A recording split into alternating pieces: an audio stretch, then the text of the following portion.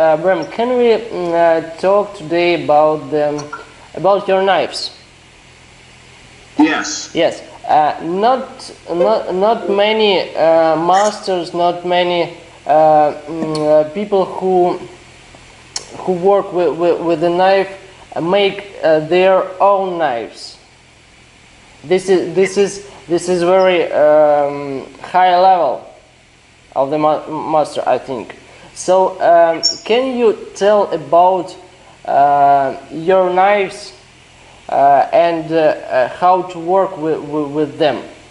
What tactic we must take with one knife and another and another and another. So yes. you have some you have many knives on your catalog. So we can go on your book, the knives of your book, and one to another. Absolutely. While we're talking, I'm trying not to be too off screen as I reach into my magic bag of tricks. Because I put everything next to me. It's red. Yeah. Obviously. And you know, for anybody who shoots, they're gonna understand that red is like a red gun. It's safe. Blue is a working tool. Yes.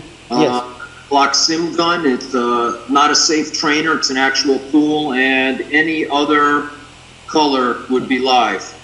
Yes. Okay. Yes. But the safe trainers. The first time I made it, asked to make. Cause I used to make training knives on my own. Yeah. You know, wooden ones, plastic ones. Yes. I used to make them for Professor Presas and for all of us to use. When I first decided to make a real knife, all the companies back then said, "Why would we make a training knife?" And I said, "Well, training knives are most important. You got to practice. I don't care about a live blade. Yeah, of course. Live blade, you know, for self-defense. You hope you never use it, and if you use it one or two times in your life, that's it. But a trainers we use all the time, and I've been called the father of the modern training knife because it's taken me 30 years to get people to believe in training knives. Oh. And this is my last version, my LLC Bowie version. I see. Got dual indexing. And indexing is so we can go from forward to reverse grip without taking your hand off the tool. Yeah. Just by you're on the indexing. The spoon clip I'll tell you about in a minute, but it also pulls you there. Yeah. It's opposite the next point. But the training blade, I only have one training blade for every shape, and that's because it's the ultimate safe shape. Yeah, I see. It hurt. And so when you get it open, you can practice, you can safely cut. And anybody, they used to say I was a wimp because we use training blades. Well, anybody uses a training blade is a very dangerous person because you learn to always make contact. Yeah. You learn to put the blade onto someone and cut. So in real, that's what you do. Yeah. You go out, you make contact, and you cut. If you use real blades, even with tape on the edge or grind the edge off, you never make contact. Yeah, of course. So you always stop a safe distance away. This, we make contact. We learn to cut, and anybody uses a safe trainer understands that. Yeah. One of the things that distinguishes my tools, the trademark, is my ramp. Ramp. Yeah, I see. And the ramp is so that you can hammer with it. You can grab with it, so you're in control of different digits. Yeah. It's a kinetic opener. If you touch it, just like a turnstile, if you touch it, it'll open.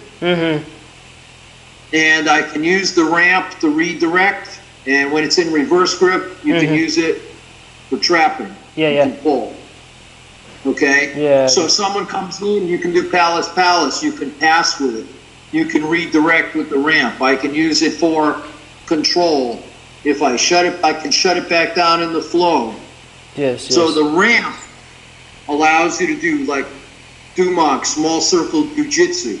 It allows you to do Kyosho Jitsu, pressure point control. To activate a pressure point, to control, to hit anywhere you would use a finger or your hand. Yeah. Yeah, The butt see if I can get it up there. The butt, which is different than most knives, is there's a solid piece in there. That's like a sword. I'm sure you guys have used swords. We had a pommel, and the pommel transfers the weight to the bottom. Well, in this, the weight in the bottom makes the blade very light and roll, so that my weight is held just like a firearm or a sword. The pommel, the weight's down here, so that I can roll and cut and move, and it makes the blade lighter. Like putting fullers into the blade, you know, there's no such thing as blood grooves. You know, fullers are to take the weight away and make the blade springier. There's a safe train. Of course, all my knives have Braille code on them. This has a single button. It's called Vision Impaired Low Light. That's a trainer. A crimp, the working tool, has 2, and a live blade has 3. It's fully loaded. And the knives, the spoon clip is because I was sitting in a restaurant with my wife Mary way back then, and I was, you know, twirling the knives and spinning the knives, and she told the waitress, get the knives off the table. So I picked up forks, and, you know, and I'm twirling forks and I'm spinning them and I'm playing with them, and she tells the waitress, get the forks off the table. So I pick up a spoon, and before she can say anything, I go to spin it, and it won't spin where I want it to. The spoon pulls me where it wants. So I asked the waitress to bring a bunch of spoons to the table, and Mary went, what are you doing? I said, I just want to try something. And that's how I came up with the spoon clip. You can see it's flat. It's not like other clips. You can see the swell of the spoon is what pushes against the knife to give it tension. But the spoon pulls you to where it wants, so it pulls you right in, right to the indexing point, so that you can do forward to reverse without taking your hand off the tool, and it gives you where a twirl point access would be. So it was the world's first clip with a function. I was the first one. I own the patent on indexing. I own the patent on kinetic opening, which is the opposite of a wave. Ernie Emerson on his wave is now. Comes out of your pocket now. And it's tip up. I'm tip down. Mine comes out, and it's a ball peen hammer, because anybody can hammer. So in panic, it comes right up into your hand, and mine is when. When do you want it to open? So I come out, and I don't worry about opening. If I can touch you, it'll open. This is a very short moment. This is very great design. Very great design. And the idea, if it comes at you, if you panic, anybody can cover their head. So you pick up to cover your face, and as the guy's punch comes out, you just, you let it run right into the hammer, because in panic, anybody can hammer. You know, and we all joke about the wimp or the women who go, ooh, get away, get away. Well, get away is hammering. I can hammer. My grandma could hammer. You know, when she was 94, we used to crack jokes about she could hammer, and you didn't want someone to hammer. So I wanted a tool that would do that. And again, when I was little, my grandpa used to go play cards with his friends down at the bottom of the subway entrance. You know, they'd all sit there in New York. And they had the turnstiles to go through, like even the same thing in, you know, regular subways, you know, and the underground, be it in Russia or Europe, wherever. And I loved the turnstiles, and I was a kid, and I knew that the faster you pushed it, you could get through. Of course, it's stored energy. The faster you push it, the faster it spins. That always stuck with me, and this is the arm of a turnstile, that it's not how hard you hit it. Anywhere I touch you, if I touch it, it opens. So I use that experience from a child to go, how do I make this tool utilize energy? So if I come up to strike you, it's open. You know, if I use the energy to come up, it's done. So anywhere I touch the bad guy, I just have to come out. If I touch you, it's open already. So that's why I came up with that. And my very first ones were double-edged. Big mistake. Because, see, as fast as that tip comes open, it'll complete that arc. So you can't open it on your own leg. You would run out of room right here, and the tip would open, and I guarantee the tip will cut, and then it'll be cut, and you'll be through yourself before you even realize it's open. But if I open on the bad guy, that's okay. One of the other things I designed was, if you look at it, everyone goes, "Oh, look, it's straight," but it's not. It actually sits in your hand down. It always makes a point. But the handle is designed as a shooter's piece. I'll do it from both sides so you can see. Then when I wrap my hand on there, what I'm doing is I have a shooter's grip. Here's my trigger finger. Here's my decock. And it's held like a firearm, and it can't come out of my hand. Yes, yes. If my finger is in the trigger, it can't close on my hand. It has a nib right here that catches my finger, so it can't close on my finger. And when I see it's out of battery, because it's in my line of vision, I come back. And that brings the next part is the puzzle lock. I own a puzzle lock, and lock is a dovetail joint that goes into the back, and the release is on the back, so it's just like using a firearm. Yeah, yeah. Where my release or decock would be is where my release is. It's in my line of vision. I know it's out of battery, I bring it back. It's out of battery, I can let it close and go right back to hammering. So the tool is designed to truly be used. And it's not just, I call it a tactical knife. It's not a fighting knife. A fighting knife would have to protect my hand. This is a good tactical knife. I'm sure you guys have used kitchen knives, chef knives. Yeah. And a bad chef knife doesn't have enough belly and your knuckles hit. Yeah, yeah. One of the things I wanted to do was correct that. So on mine, and I'm going to turn the camera in a second. Hold on so I can bring it down so you see it. Yeah, okay. I don't know if it, can you see it sitting on the table? Yes, yes. I'll pick it up. Okay. Well, it would sit on the table. It will sit flush. Yeah, I see. And you can then bear into it. So picture it's on the table because Yeah, I see. Okay, so this would give me the room that I could sit here. Okay, and I could roll into the piece and cut it. Yes. All right. Yeah. So it's up in the air, and what I'm doing is, on the surface, I just lay in, and I can roll into my piece. Yeah. And cut. So the ramp gives you the reverse when it's on a table, mounted on the surface. Yeah, I see. It's the opposite of a chef knife, because it gives me belly. Yeah. And this is what I'm said about when it's in your hand properly. The tip is always down. This is a modified Bram buoy. That's the ones I make now. And as a kid, my dad used to take wire, teach me how to strip wire, and I would always take a regular knife and cut all the way through it. He'd go, don't. So I eliminated that. You can put something inside here, lay it on here, and gently roll your way around, and you can see it has a hole in the middle. I can pick out the depth I want and never cut through it. Yeah, yeah. Because, and if I wanted to, you could put up in here, and obviously you could Pac-Man, wobble, wobble, wobble. You could cut, doing Pac-Man style.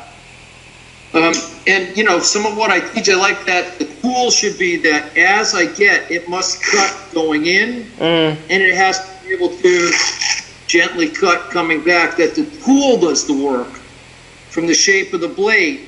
And because that's how it actually is, not here, it actually sits in your hand like this, it's always cutting. Making a cut. Yeah. So if you go to enter on someone, their arm comes at you, you catch it, you're through. So you catch it, you draw it through. Yeah. You catch it, you draw it through. You don't swing. Because that's how chef cutting is done. I watch all these people teach, you swing, well, you get into the space.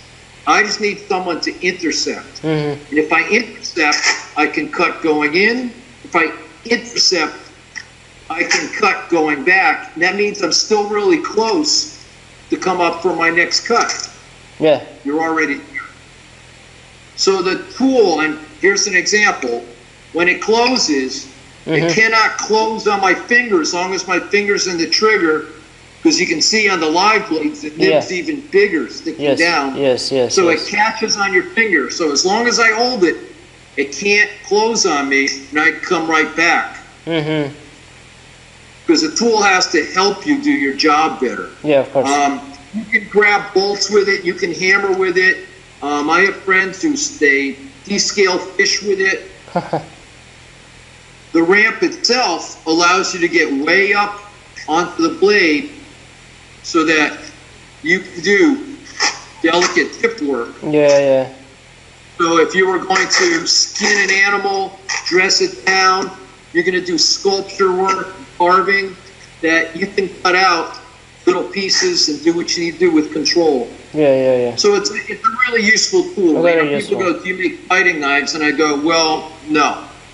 Because, in the old days, a fighting knife protects your hand. It's why they had quillions. It's why they had all the wraps around it to protect your hand. Yes. Then your hand went in a protected glove with metal to go in and wrist guards. That's a fighting knife.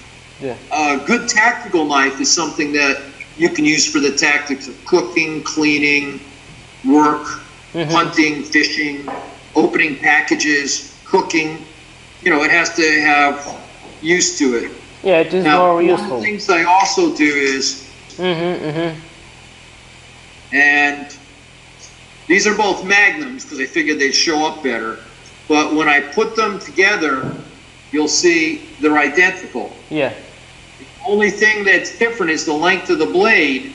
Yeah, because the folder is an inch shorter, or the elongated fixed blade is 1 inch longer. Yeah. Because I figured for a fixed blade, you want that little extra. Again, it's all solid steel, but it matches exactly. So that if you're used to it, and it's the same kind of thing, because I got that little extra length of blade, the longer the blade, the easier it cuts, because I have more edge. Yes. And again, set up exactly the same. So you can buy any of my blades that you like. The folders come with fixed blade, and inside, I see. the two pivot points are also where the post in the hole is, gives you the exact same post in a hole that's done out of the G10, except it's the screws that hold the handle on. Yeah. Is it the tactic and strategy in this both knives is the same? Yes, everything is the same. So that like on the I went for a live blade. Here's a standard size. Here's a standard blade, and you can see that except for the blade length, I see.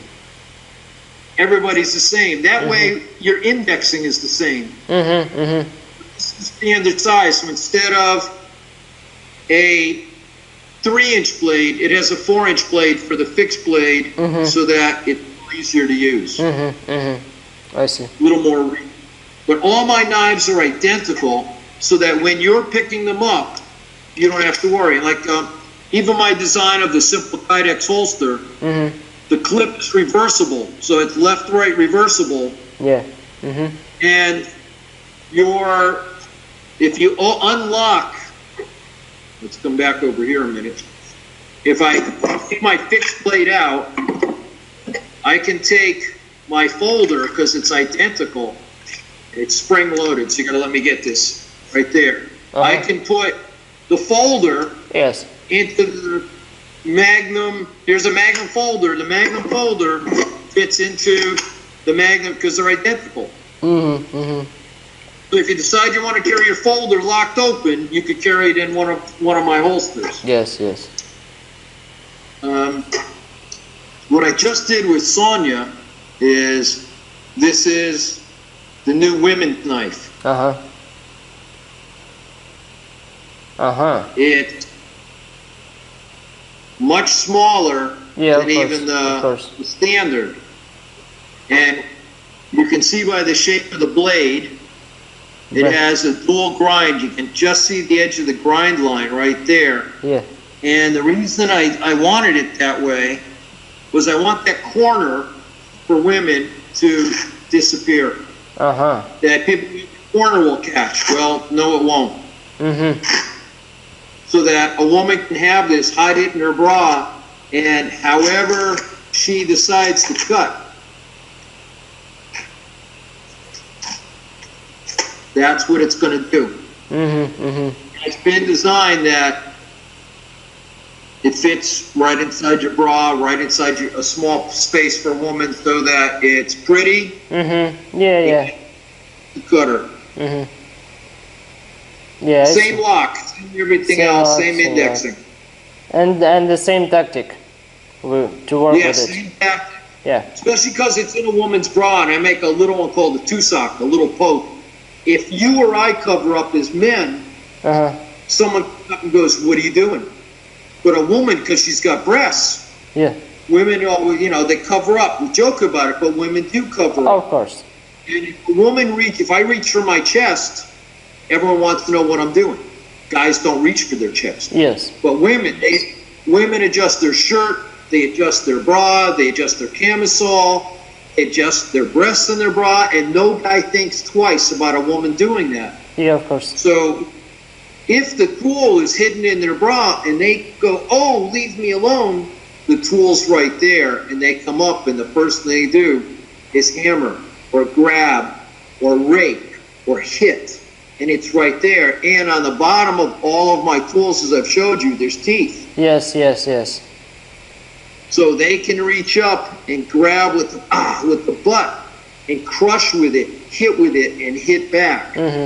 So it's right there. So yeah, the tactics are the same. It's just a smaller piece for them to use. The reason obviously any knife would work. I like designing knives that make use of Filipino martial arts, JKD, small circle jiu-jitsu, Kyosho jitsu. People laugh about pressure points. Well, if you've ever been to, acupuncture, acupressure, been to a chiropractor, an osteopath, a massage therapist, when they find insertions or organs and they turn muscles on and off, when you feel them, when they find where the nerve points are, how to stimulate a muscle or an organ, we go, "Oh, that's cool." Well, it can be used in the opposite. That's what Kyosho jitsu is. That's what Kumak would. That's what real martial arts, where we're learning how to use those pressure points to control. It's like, if someone doesn't know how to do a joint lock, they just grab and pull. But if when they're doing it, they're accessing through the muscles, they're actually at the weak point of the wrist. They control it, so you have no choice. Of course, a joint lock is better, and people go, "Oh, they're so good at that." Well, they're not so good at it. They just know that grabbing the hand was not as good as controlling the tendons and the ligaments and going on the weak part of the joint. Well, it's the same kind of thing that I want the tool to be able to help you access that with the ramp on it, I can access that point. So I can manipulate and do the same grab, except I got steel doing it. And so when I design my tools, I want them to be useful. And because my dad was an artist, I was the late Robert Gould, and I have friends who are artists. I grew up being an artist. I like my tool to be useful because my dad was always sharpening his pencils. And I guess this will be the first time I put it on film. This is a prototype for the U.S. Marine Corps knife. Okay. It's a full 1/4 inch. It has teeth. You see cut in it. Yes. And the breaker and pry bar. Actually, you can see a line here. If you take the scale off, this is a puzzle piece that comes out. And you can have, in this shape right here, where you see it's like 3 little triangles. Yes. Okay. Well, I have a piece that's just those 3 triangles without the cutter breaker on it. And you take the handle scale off. This whole piece slides out like a jigsaw puzzle piece. You slide the next one in, lock it back in place, and you would have a knife that has no breaker cutter on it. I don't have that prototype here. It's still being shipped to me. But this was designed again. It fits on a little bit of angle so that it's designed that that just with a little effort, just by rolling into it,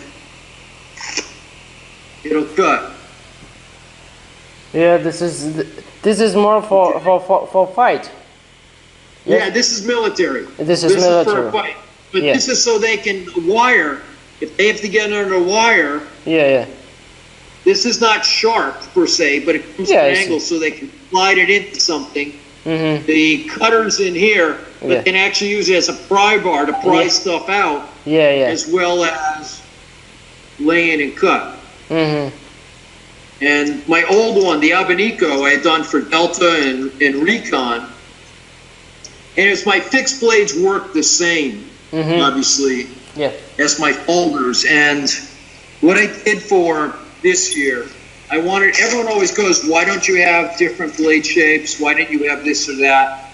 And I was like, okay, so this is a standard size buoy blade. That's the one I showed you, and that's the main one that I have right now. Yeah. Okay? And what I went to was I decided to make a few other shapes. And I love katana, so I made the world's first folding katana. Oh, wow. It has a katana fold, you can see the tip, and what I did differently was instead of a hamaguri or just a flush cut, I decided to hollow grind that tip a little. You can see where the grind is different, so that that front corner disappears. It just wants to cut. Yes. So we have the tactic. It close to the samurai sword. Yes. This is my spear point. When I first did the Gunting knife for Spyderco, they made the tip too small on my spear point. People were breaking the tips. Well, this tip goes right in. Yeah. It's a full spear point. It has enough belly to cut. It's reinforced all the way down to the tip. All my knives, no matter what I do, are reinforced all the way down to the tip. You can just see, because I don't want the tips to break. I'm just trying to get the grind line so you can see the angle. Yeah. I see. My old ones, I had a tactical Persian. I decided I really want to do a classic, so I took, again, a swedge out of the top to take some weight away and give me sort of a fuller effect up here. And again, it'll just smoothly, with a Persian, and I'll explain each. Yeah, because of the tip out of here, the tip never comes into play. If it decides to enter, it's okay. But cutting with a Persian, the tip is a trailing edge. It's never there. And then the last thing I did was a tactical tanto. Yeah, I see. I took a swedge out of the top. And what I did differently was this triangle here is hollow ground. So I can cut just with the little tip right here. I can cut with the whole edge. And one of the things, let me get this piece out of here, we'll just cut this off, hold on, is that I wanted the corner, where people say the corner will catch, because it's hollow ground, that tip never catches. It's like it's not there. Yeah, I see. So even though it's got a corner, it's hollow ground, it disappears, so it's like I can cut with this surface, or this tip becomes just like a knife unto itself. So it's got 3 cutting surfaces. Yeah. Enough stuff that people would go, oh, that's really cool.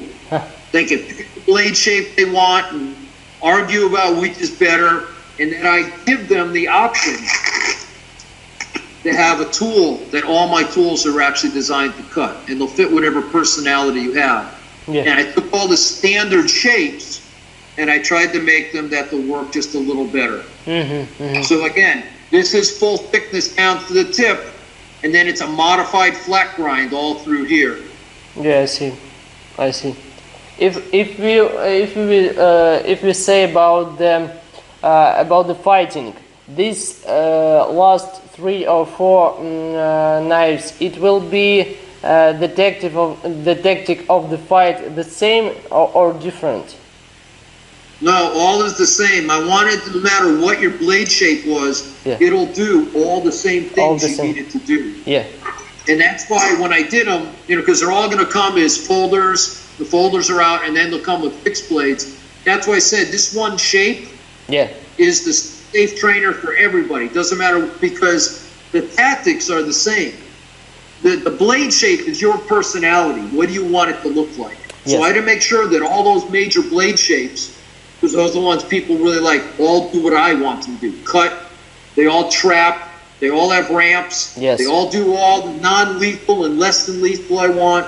And if I ask them to cut, all of them cut the same. That's why the trainer is the same. Yeah. The best yeah, I shape see. for a training blade. But the tactics of using it, be it on a person, be it delicate work on sculpture, Yeah. skinning something down, using it as a chef knife in reverse, using it as a Pac-Man Yeah. to warrior cut, all of them work the same. Yeah, I see. And all the people who are, they only like a certain style shape, and they'll argue forever about what's the best. I want to give them what I think are the 5 best shapes, and they can pick whatever they want. Yes. From the ramp back, all my tools,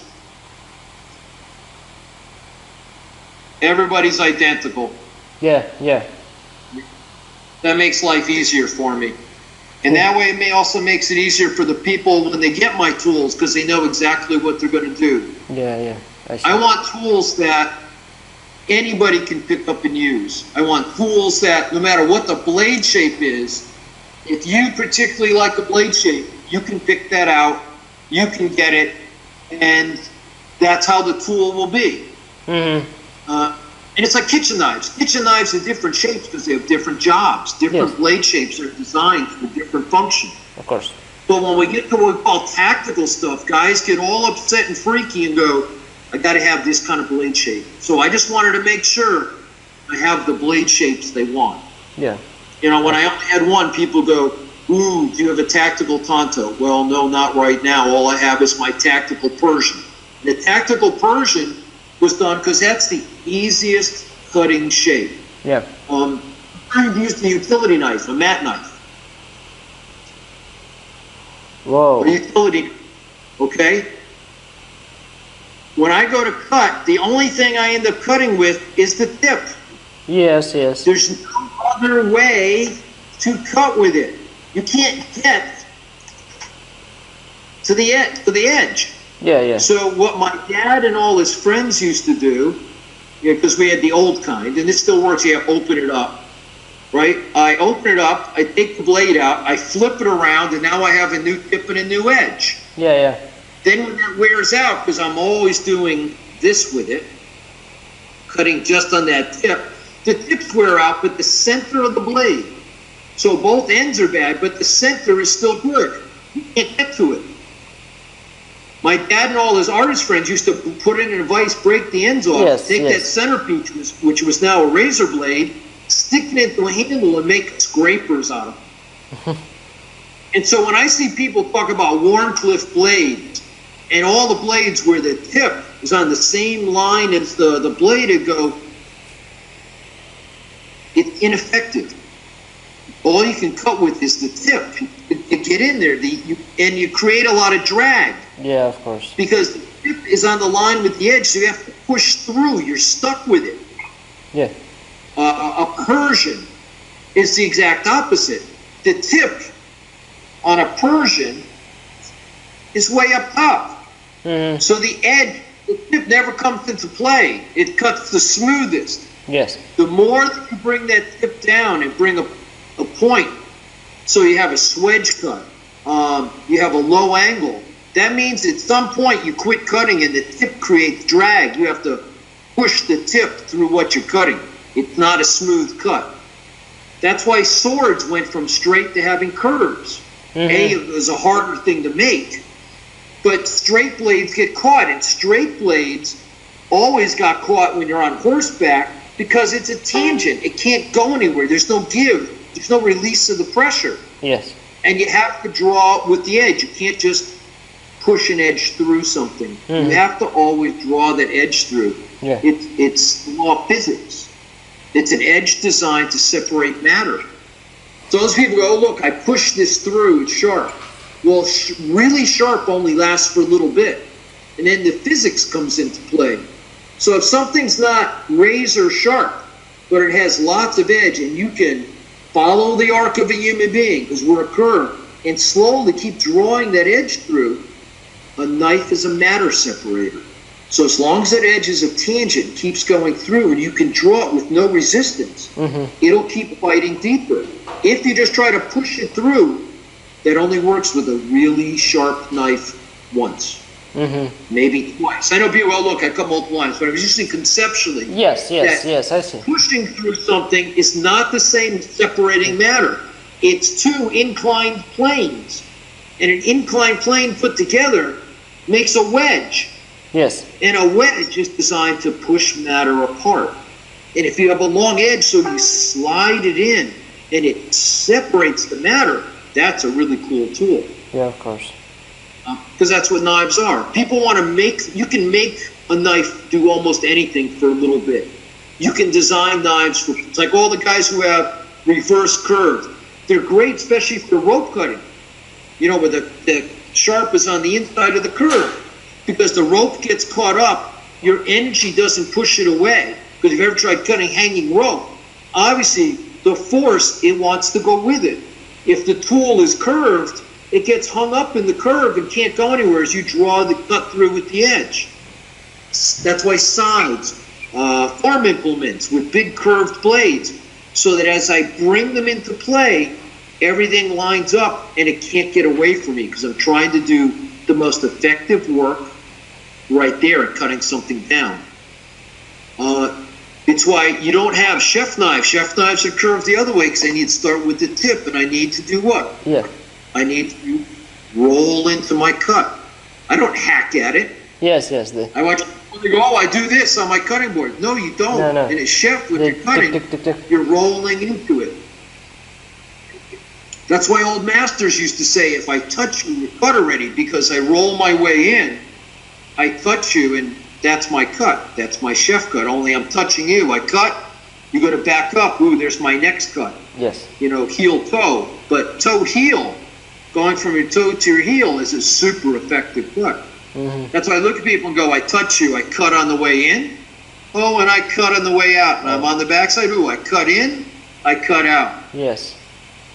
You can, you know, the tool helps. So how the blade shape is and what people perceive it are two different things. So I don't particularly like Warncliffe blades. I was told that way the tip's not out there. And I know people, all my friends who were sailors had Warncliffe blades. I found them to be ineffective because I didn't have a tip to get into things with. I don't like a lot of exaggerated Persians because the tip is too far out. I tend to like modified buoys and modified clip points. I like straight clips. It's why I like this kind of shape. I like this taper. My Abanico has a much greater, it starts here and tapers way down. But I like it because you're taking weight away from the tip. I see. Yeah. You can see it right there where the weight disappearing.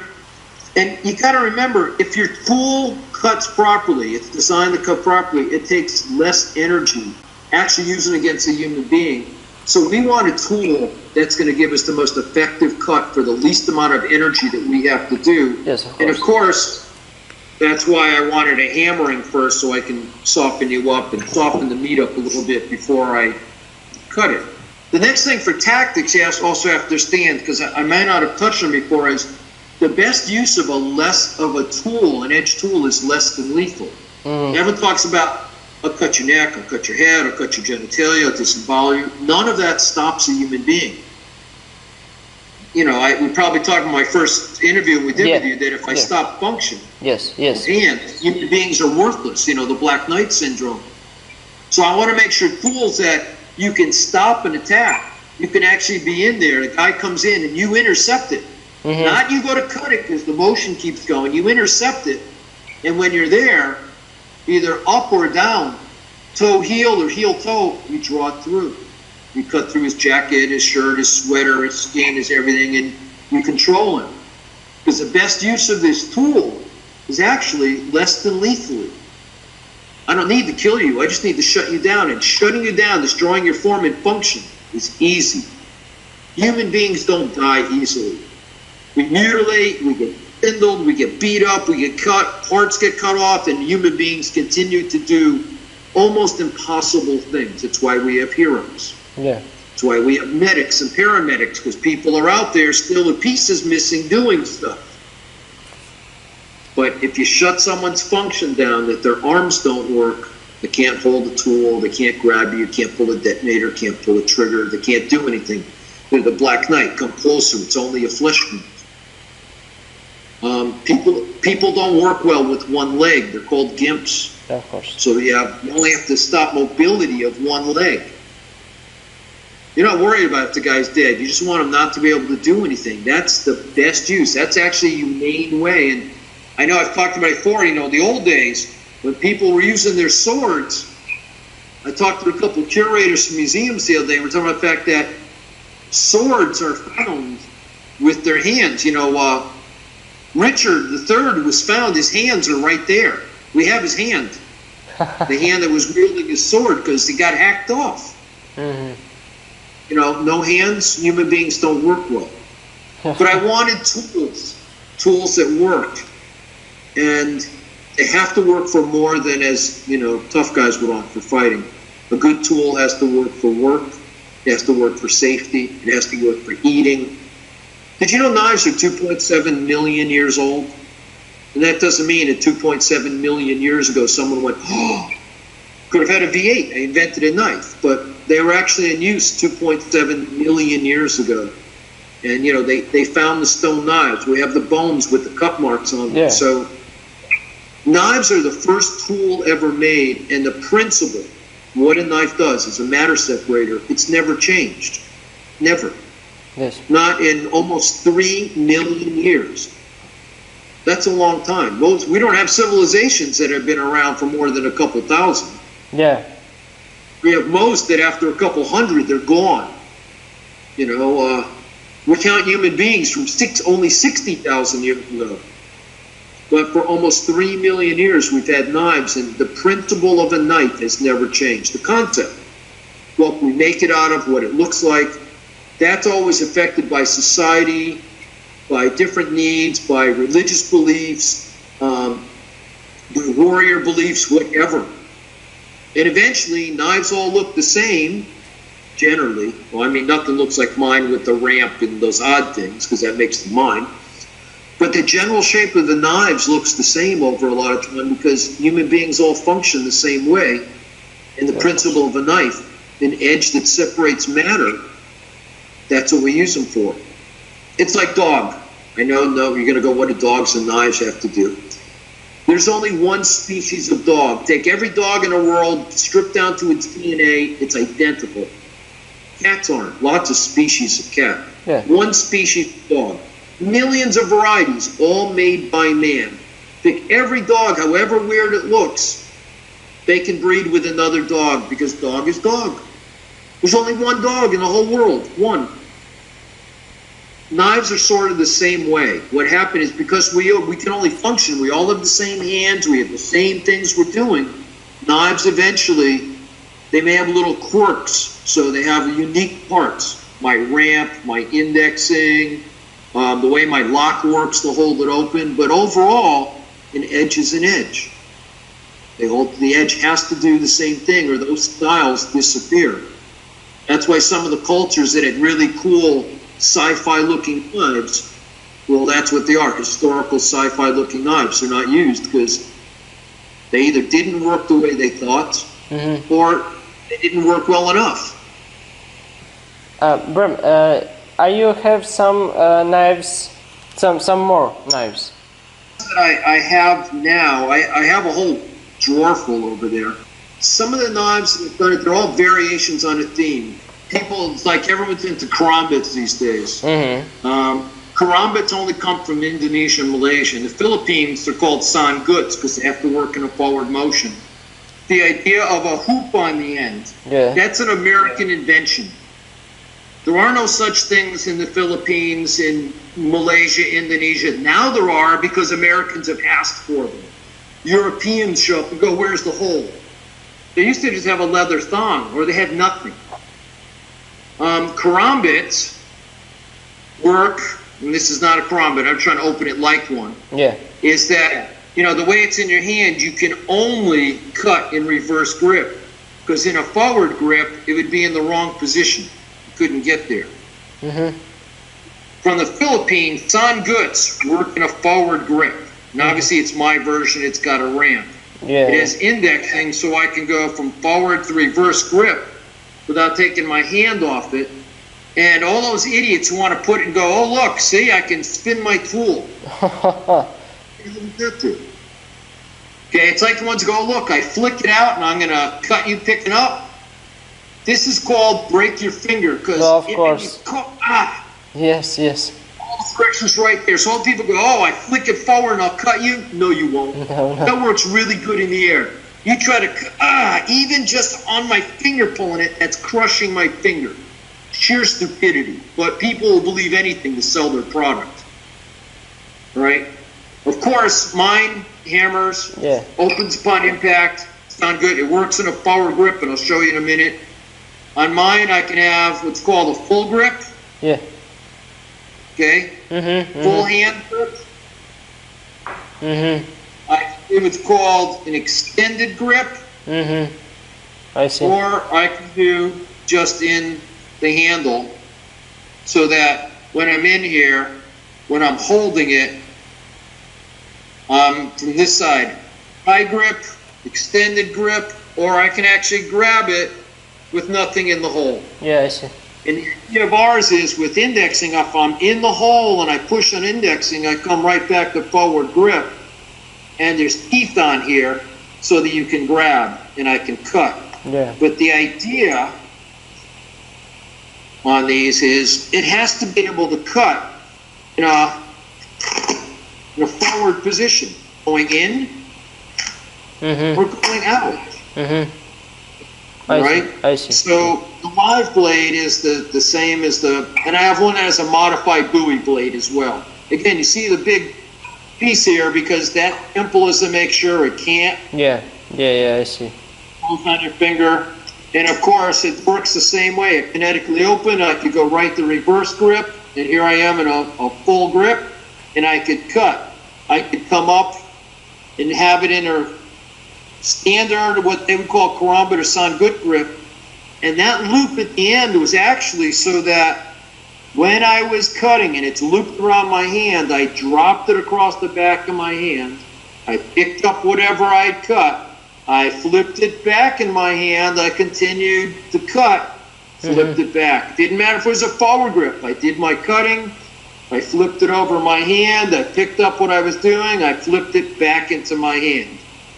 Like I said, this is an American, Western invention, and everybody goes, oh, that's how you tell the karambit, it's got that hoop. I see. If you can put your finger in it, that's like putting your finger in trigger. I'm sure you've done gun disarms. The last place you want your finger is inside the trigger guard. You'll snap your finger off. Of course. You know, that's no different. I mean, I make it, and I make this for Odessa Ramos, and we have a whole run being done because she teaches the women in Iraq and Afghanistan and Syria and all those places how to defend themselves against ISIS. She teaches the Kurdish women to use this tool. She carries a blade version everywhere so that the women don't get raped. This is what I call a guntanek. This is a very small hole. Yes, very small, fits right in your hand, designed to fit on your neck, so you just pull it out and bang. And it has a high hollow grind, so it's You know, it's just a little cutter. Yeah, yeah. Yes, it's got teeth on it. Yes, you could come up and grab and lock someone in the ramp, because that's what the ramp's for. You could use the back of the ramp to pass them and cut, and it will not come out of your hand. It locks into your hand. Yeah, I see. Okay? So, you know, and all my tools basically look the same, because when I find something that works, that's what I want to make sure I keep making. Yeah, of course. This is actually, there was the first woman's bra knife. There's teeth on it, it's very round, and it's actually, their bra, or clip on their bra, so when they pop it up, bang, they come right up, and of course, there's the hammer, there's the grab, they can rake with it, they can hit with it, they can smack with it. Of course, as soon as they touch it, it's open with indexing, they're in reverse, and now it's a miniature sawn good. I can cut, I can trap, I can hook. What I did for women on this, there it is. Oh. Okay. It's reinforced tip thickness, and it's not sharp right here. Not sharp. Because, not sharp, so that you could actually put it on your finger and clean it down. Fix a cuticle. Pick a thread, open up those impossible juice containers. But if you're back on the curve part, yeah, I see. But right up here, look, I'm pushing. It's not even going in. Yeah. But I use just the tip. Yes. As a giant mosquito. I really got to push to make it cut, and that's designed, like I said, so you could be right up on it. It doesn't cut. So a woman could actually use it as a tool, like I said, clean her nails, shape the nail, she cracked it, fix a cuticle. You know, I wanted a practical tool, and she's up on top, control that tip. It was really thick, but it fits in your bra. Yeah, I see. A lot of my undercover guys started to carry it because they went, oh, that's cool, it fits in our suit, and we like it. We carry it in our suits, and no one sees it. Designing knives is more than just saying, let me put an edge on it. Anybody can make a knife and design a knife. Whether the knife works properly is a whole different thing. I used to take my students to knife shows, and they go, oh, sir, look at that. That looks cool. That must be a great knife. And I go, pick it up. Ask the guy and just pick it up. And they pick it up, and you'd see the look on their face, like, oh. And they pick it up and go, sir, it's, wow, it doesn't feel right. Because anybody can design a knife and say, look, I designed it. Anybody could then have it made. That doesn't mean it has the right balance. It doesn't mean it has the right feel. It doesn't mean the edge works. I've seen some very famous makers, and I smile at them and go, thank you very much. Pleasure to meet you. They've asked me to endorse their knives and go, I can't do that. I'm sorry. You know, I'm occupied. Some kind of nice response, because when you pick it up and go to use it, I don't care how famous they are, the knife doesn't work. It doesn't work properly. It doesn't feel right. A knife has to feel like it's an extension of your hand. If you know it's in your hand, then no matter which hand, what position, that tool is right there. And you go, yep, you don't even realize there. You know what I mean about even a hammer? If you pick up the wrong hammer, the wrong pliers, you can pick it up and go, that doesn't feel right. And of course, we're idiot guys. If someone tells us it's great, we'll still do it. But in real, a lot of times you go, I don't like the way it feels. Well, we're human beings. Feel is a great deal to do with what are the most successful tools. And the same thing goes with knives, which goes all the way back to my saying, why knives all gravitated to look the same. And if you look at the market, almost all knives look the same. They change handle materials, whatever, you know, and like I said, you can't tell. Mine don't look like anybody else's because I'm real concerned about ergonomics. And it can't come out of your hand. It's locked in, you know. I want that ramp. I sit way back on our tools. Yeah. I put that from swords as well. You know, I watched as a kid. I used to always put my hand right up by the guard. And I saw these pictures, tapestries, and I went, they did the tapestries wrong. They did the drawings wrong. Well, my little brain needed to comprehend that they were correct. They made those tapestries and those drawings when people carried swords. The reason there's a space there is If you're right up by your guard and someone runs down, you get hit. If you're in front of it, people go, oh, look, I can put one finger around the guard. Well, that's the end of your finger. Yes, yes. You're too close, it's good at you. If you're way back, when it runs, it doesn't come anywhere near you. Yeah, yeah. Which is, people, why would I sit back that far? I said, the guard and the spacing is designed, and the ricassos on them were to protect your hand in case there was an extra hand wrap. Was to make sure if you slid, you wouldn't get onto the blade. You can't accidentally slide onto one of my blades. The ramp stops you. Yes, yes, yes. Yeah, I see. So when you first asked, you said it's different that I design knives. My training and my knife design have done this over my life. I studied arms and armor. I love swords. I love armor. I love watching the progression of swords. I love the progression of knives. Knives let me be, a knight in armor.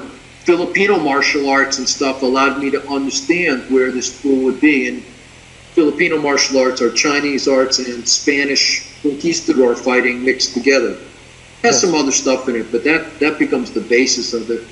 So a lot of it's medieval European sword work and blade work. Most of the Filipino disarms you see are actually from the days of rondel daggers, when they're snaking their way in and ripping it out because the daggers had no edges. But it allowed you to understand leverage, and that's why I work with sticks as well. When you design a knife and you have background, let me pick on someone else, and you'll understand. Ernie Emerson and Kelly Warden are two examples. Mike Janich. They are warriors. The use of tools. They understand that, and their knives reflect it. And some of our designs are similar, some aren't. Our overall use in a lot of times has a lot of commonality, but there's examples of guys who are knife users, knife instructors, martial art instructors, combative martial art instructors, and their designs work. There's other people that are either martial artists or they're knife designers, and it doesn't work. Again, back to Manny Prado. Manny designs big blades, and Gununtings have that reverse curve and tip down, and that they're types of bolos, big knives used in the Philippines, and he makes them that are just like my bolos with a curve, but the other way. And his soldiers actually use them in combat. He does, and we have talked about him before, and there's another example of a user instructor who that affects his designs because he makes his own blades. Yes. Those of us who actually use and need these to save lives or do jobs, well, the knives work. I've seen makers and designers who don't actually use their tools, or they copy or use old designs and go, it must have worked, so I'll keep doing it. I see people with some very bizarre angle cuts and whatever, and I'm like, it's okay, they're not going to last in time because they're not practical. Human beings, we move in curves. So if you look at some of these guys who I've mentioned, their knives are going to be around for a long time. And they have been so far because we design working tools, we work with our own tools, and we teach others to work with our tools. And when we find something that doesn't actually work, we put it away. We mark it off, and we don't. Our pride and our ego's not so big. They'll go, we'll keep making something that doesn't work because we designed it. I've had some designs that I really thought would work, and they didn't. So I don't show them. I don't make them because if I can put my name on it, it has to work. For me, particularly because of the way I use a tool, I want my tool to bring up those attributes. And that's the difference between some of us. I see people also, they want to fence with their tools and the tool is not designed for it. And it's like doing an old-fashioned, dragon whip's tail behind your back. I can teach you to do that. Not very practical, but as an instructor, I can go do this. Well, the same thing with knives. There's knives guys out there who go, you should use this kind of knife. Anything where you put your fingers into them and you lock your fingers in, well, that gave you brass knuckles and everything, but it means you're locked in, you can't move it. And yes, If you can break something else with those rings can also break your fingers if you get them caught. Of course. Gets pulled and caught, you're going with it. So, and people don't, they don't want to take that in consideration. Designing knives is one of the coolest things in the world because it makes me have to be honest. I have to be honest with myself. I have to be honest with you. Yeah. Because my tool either works or it doesn't. And if it doesn't, and I fake you out, and you try to fake someone else out, it doesn't go very far, and they'll go, don't touch his tools. They don't work. Of course. I try to be and the use of the tool. Blades have made me very honest about my martial arts because they either work or they don't. And I don't teach people in a dojo. I teach a lot of people who actually have to use it on the street or use it in the battlefield. Yeah, of course. They come back and tell me it either worked or it didn't.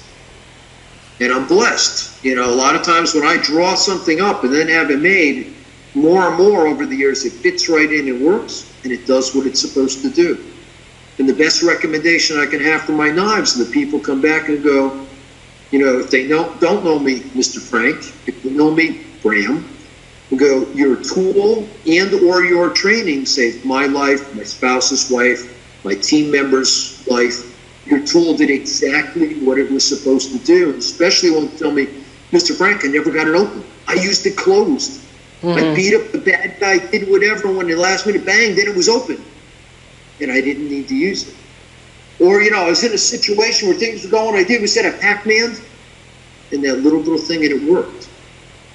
There's no better thing you can get, no better validity and credibility than the end user coming back knowing your tool worked. Not only did it work, it saved a life, or it saved a bunch of lives.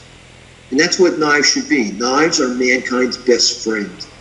I'm honored and blessed that I can design knives.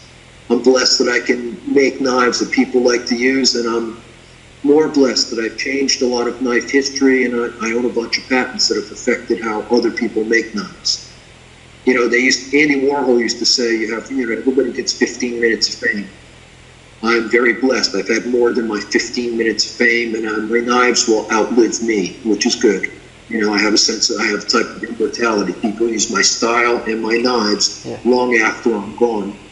And hopefully some of the people I've taught will continue my ideas and make new knives. But that's sort of, I know that's a gross generalization, but that's what I do with my knives, Alex. That's what's made me design them.